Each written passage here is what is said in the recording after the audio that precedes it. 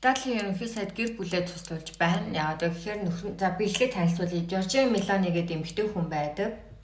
Нөхөр нь Италийн алдартай телевизэд бас сэтгүүлч хийдэг. Гэтэ ерөнхий сайд болохоос өмнө телевиз сэтгүүлч хийж исэн юм аа.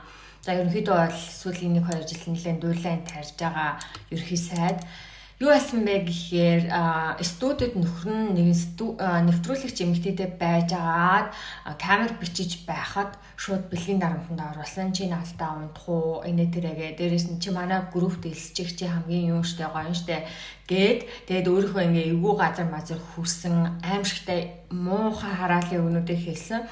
Тэгээ бүр ингээд ёс суртахууны хувьд бол бүр ингээд байж болохооргүй хүн гэдгийг ингээ харуулсан тийм бичлэгийг олон нийтийн хэрэгслэр цацаа тэрийг нь бүр Итали даяараа хідэн саяулаа үзээд тэгээд энэ бичлэг цацагсны маргааш өдрөхөн ерөнхий сайд энэ залуугаас гэрэлтээ суулцсан.